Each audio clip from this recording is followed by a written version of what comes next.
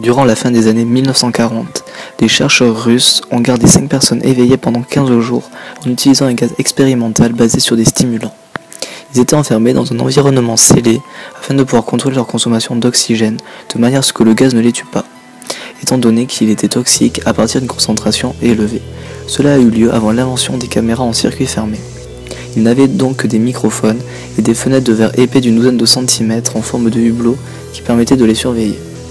La chambre était équipée de lits d'appoint sans literie, de l'eau courante et d'eau toilette, et contenait des livres et suffisamment de nourriture sèche pour qu'ils puissent tenir à 5 pendant plus d'un mois. Les sujets de test étaient des prisonniers politiques jugés ennemis de l'État durant la Seconde Guerre mondiale. Tout s'est bien passé pendant les 5 premiers jours. Les sujets ne se plaignaient que rarement, car on leur avait promis qu'ils seraient libres s'ils acceptaient de subir le test et de ne pas dormir pendant 30 jours, bien que la libération fût hors de question.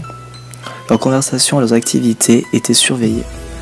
On a pu noter qu'ils ne parlaient que d'incidents de plus en plus traumatisants dans leur passé. Le ton de leur conversation devenait beaucoup plus sombre après le 4e jour. Au bout de 5 jours, ils ont commencé à se plaindre à propos des circonstances et des événements qui les avaient menés là où ils se trouvaient et à montrer des signes de paranoïa sévères. Ils ont arrêté de se parler et, à la place, se sont mis à parler au microphone ou au miroir sans teint des hublots. Curieusement, ils pensaient pouvoir gagner la confiance des expérimentateurs en se retournant contre leurs camarades, les autres sujets de test en captivité avec eux. Les chercheurs ont tout d'abord supposé qu'il s'agissait d'un effet du gaz. Après 9 jours, le bruit d'entre eux a commencé à crier et courir sur la longueur de la chambre en hurlant à plein poumon pendant 3 heures sans discontinuer, et ensuite à essayer de ne pas s'arrêter, mais ils n'arrivaient qu'à produire de temps à autre de petits couinements. Les chercheurs ont pensé qu'ils s'étaient déchirés les cordes vocales. Le plus surprenant dans ce comportement, c'est la manière dont les autres sujets ont réagi, ou plutôt n'ont pas réagi. Ils ont continué à murmurer à l'attention des microphones jusqu'à la seconde où les cris ont commencé. 2 des captifs qui ne criaient pas ont alors désossé les livres, ont enduit toutes les pages avec leurs propres excréments et les ont collés sur le verre des hublots. Les cris se sont rapidement arrêtés. Les murmures adressés au micro également. 3 jours se sont écoulés. Les chercheurs vérifiaient les micros chaque heure pour être sûrs qu'ils fonctionnaient, car ils pensaient qu'il était impossible que 5 personnes enfermées dans une pièce ne produisent aucun son. La consommation d'oxygène dans la chambre indiquait qu'ils devaient être tous les 5 en vie. En fait, elle correspondait à la quantité d'oxygène que 5 personnes consommeraient pendant un exercice physique extrêmement ardu. Le matin du 14e jour, les chercheurs ont fait quelque chose qu'ils avaient dit qu'ils ne feraient pas pour obtenir une réaction des captifs. Ils ont utilisé l'interphone de la chambre, espérant provoquer une quelconque réponse des détenus. Ils avaient peur qu'ils soient morts ou dans un état végétatif. Ils ont annoncé « Nous allons ouvrir la chambre pour tester les microphones. Restez loin de la porte et allongez-vous sur le ventre par terre, ou vous serez abattus. Si vous respectez ces règles, l'un de vous gagnera sa liberté. » À leur grande surprise, ils ont entendu une seule phrase prononcée d'une voix calme. « Nous ne voulons plus être libérés. » Des débats ont éclaté entre les chercheurs et les forces militaires qui finançaient le projet. Comme il était impossible d'obtenir d'autres réponses en utilisant l'interphone, il a finalement été décidé que la porte de la chambre serait ouverte à minuit le 15e jour. La chambre a été vidée du gaz stimulant et remplie avec de l'air frais. Des voix provenant des micros ont immédiatement commencé à protester. 3 voix ont commencé à supplier, comme s'il en allait de la vie de l'amour de leur vie, de remettre le gaz. La chambre a été ouverte et des soldats ont été envoyés à l'intérieur pour retrouver les sujets de test. Ils ont commencé à hurler plus fort que jamais, et les soldats ont rapidement fait de même lorsqu'ils ont vu qu'ils étaient à l'intérieur. 4 des 5 sujets étaient toujours vivants, bien que l'état dans lequel ils étaient ne fût pas qualifiable de vivant. Les rations de nourriture des 5 jours précédents n'avaient pas été touchées.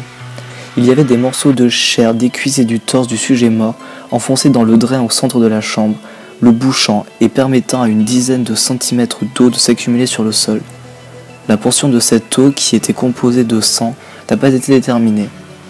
Les 4 sujets survivants avaient également de grandes portions de muscles et de peau arrachées de leur corps. La destruction de la chair et les os à l'air libre sur leurs doigts indiquait que les blessures avaient été infligées à la main et non avec les dents, comme les chercheurs l'avaient pensé au début. Des observations plus précises de la position et de l'angle des blessures ont montré que la plupart des blessures, si ce n'était toutes, avaient été infligées par eux-mêmes. Les organes abdominaux sous la cage thoracique des 4 sujets avaient été retirés, alors que le cœur, les poumons et le diaphragme étaient restés en place. La peau et la plupart des muscles attachés aux côtes avaient été arrachés, permettant de distinguer les poumons à travers les côtes. Tous les vaisseaux sanguins et les organes étaient intacts. Ils avaient simplement été retirés et posés par terre, répartis autour des corps éviscérés, mais toujours vivants, des sujets. L'appareil digestif des 4 sujets pouvait être observé en fonctionnement, digérant de la nourriture. Et il a été très vite clair qu'ils digéraient leur propre chair, qu'ils avaient arrachée et dévorée durant les jours précédents. La plupart des soldats étaient des Russes d'un commando spécial affecté à l'installation, mais la plupart ont refusé de retourner dans la chambre pour sortir les sujets tests.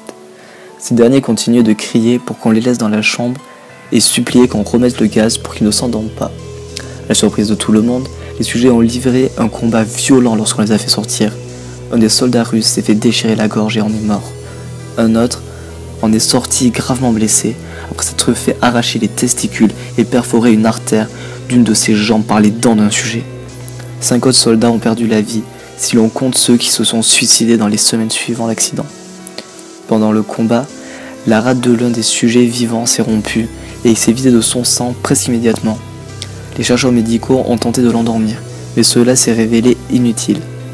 On lui a injecté plus de 10 fois la dose maximale pour un humain d'un dérivé de la morphine et continuait de se battre comme un animal enragé, brisant les côtes et les bras d'un des docteurs.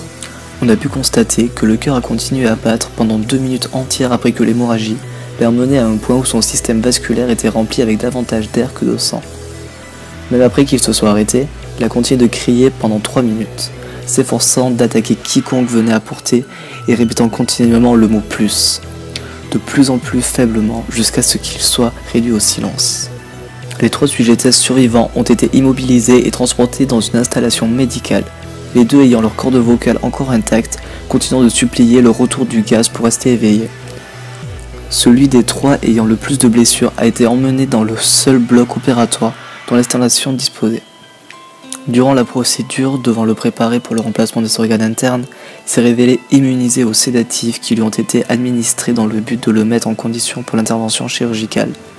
Il se débattait furieusement contre ses liens lorsque le gaz anesthésiant a été apporté pour le mettre hors de combat. Il a réussi à déchirer la quasi-totalité d'un bandeau de cuir épais de 10 cm attaché à un de ses poignets, même avec le poids d'un soldat de 80 kg qui essayait de maintenir ce poignet immobile. Une quantité juste supérieure à la normale a été nécessaire pour l'endormir, et à la seconde où ses paupières se sont fermées, son cœur s'est arrêté. Pendant l'autopsie du sujet test qui est mort sur la table d'opération, il a été révélé que son sang contenait 3 fois la concentration normale d'oxygène. Les muscles qui étaient toujours attachés à son squelette étaient affreusement déchiquetés, et il s'était brisé 9 os dans sa lutte pour ne pas être maîtrisé, la plupart à cause de la force que ses propres muscles avaient exercée sur eux. Le second survivant avait été le premier du groupe à commencer à crier. Ses cordes vocales étant détruites, il était incapable de supplier ou de protester contre l'opération, et il n'a réagi qu'en secouant violemment la tête pour montrer sa désapprobation lorsque le gaz anesthésique a été amené à lui. Il a secoué la tête pour faire oui lorsque quelqu'un a suggéré, à contre-cœur, d'essayer l'opération sans anesthésie, et n'a pas réagi pendant les 6 heures qu'on nécessitait le remplacement de ses organes abdominaux et tentative de les recouvrir avec ce qu'il restait de peau. Le chirurgien, présidant l'intervention, n'arrêtait pas de répéter qu'il devrait être médicalement impossible pour le sujet d'être encore en vie. Une infirmière terrifiée, qui assistait à l'opération, a affirmé qu'elle avait vu la bouche du patient former un sourire plusieurs fois, à chaque fois que ses yeux croisaient les siens. Lorsque le chirurgien a pris fin, le sujet a regardé le chirurgien et a commencé à siffler fortement, essayant de parler en se débattant. Supposant que ça devait être important, le chirurgien a demandé à ce qu'on lui apporte un crayon et un calepin afin que le patient puisse écrire son message. Il était simple, continuer à couper. Les 2 autres sujets tests ont subi la même intervention, tous les 2 sans anesthésie. Cependant, il était nécessaire de leur injecter un paralysant pendant la durée de l'opération. Le chirurgien n'arrivait pas à effectuer la chirurgie pendant que les patients riaient continuellement. Une fois paralysés, les sujets pouvaient seulement suivre les médecins des yeux. Le paralysant a été éliminé de leur système pour une période anormalement courte et ils ont rapidement essayé de s'échapper.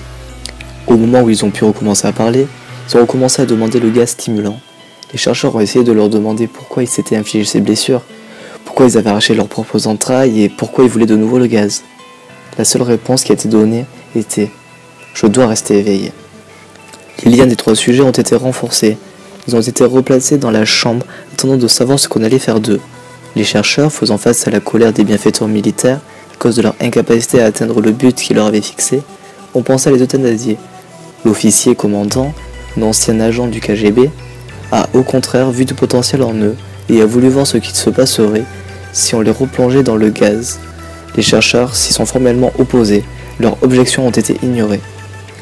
Afin de les préparer à être de nouveau scellés dans la chambre, les sujets ont été connectés à un moniteur électroencéphalographique et leurs liens ont été renforcés pour un confinement à long terme.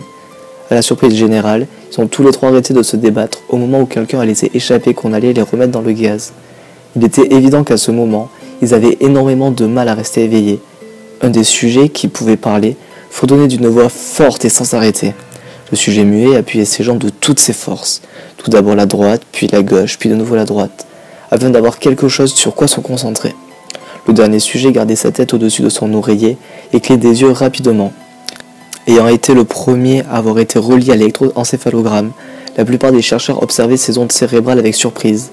Elles étaient normales la plupart du temps, mais affichaient parfois, inexplicablement, une simple ligne. C'était comme s'ils subissaient plusieurs morts cérébrales avant que tout ne redevienne normal. Comme il se concentrait sur le papier qui sortait du moniteur, seule une infirmière a vu ses paupières se fermer au moment où sa tête est retombée sur son oreiller. Ces ondes cérébrales sont immédiatement muées en celles du sommeil profond, puis la ligne droite est apparue pour la dernière fois alors que son cœur s'arrêtait. Le seul sujet restant en état de parler s'est mis à crier pour être scellé immédiatement. Ces ondes cérébrales montraient les mêmes lignes droites que celui qui était mort après s'être endormi. Le commandant a donné l'ordre de sceller la chambre avec les 2 sujets à l'intérieur, ainsi que 3 chercheurs. Un des 3 qui ont été nommés a immédiatement sorti son revolver et tiré une balle entre les 2 yeux du commandant, puis a retourné son arme contre le sujet muet, lui faisant également sauter la cervelle. Il a ensuite pointé son arme vers le sujet restant, toujours attaché au lit, tandis que les membres restants de l'équipe médicale et de recherche fuyaient la pièce. « Je ne me laisserai pas enfermer là avec ces choses, pas avec vous !» a-t-il crié à l'homme attaché à la table. « Qu'est-ce que vous êtes ?» a-t-il demandé. « Je dois le savoir !» Le sujet a souri. « Avez-vous oublié si facilement ?» a répondu le sujet. « Nous sommes vous. Nous sommes la folie qui est cachée dans chacun d'entre vous, suppliant d'être libéré à tout moment dans votre esprit animal. Nous sommes ceux dont vous vous cachez toutes les nuits dans vos lits. Nous sommes ceux que vous réduisez au silence et à la paralysie lorsque vous rejoignez le paradis nocturne que nous ne pouvons fouler. » Le chercheur a marqué un arrêt. Puis il a visé le cœur du sujet et a fait feu. L'électroencéphalogramme a alors affiché une ligne droite, tandis que le sujet s'étranglait, laissant faiblement échapper quelques mots. « Si, près d'être libre. »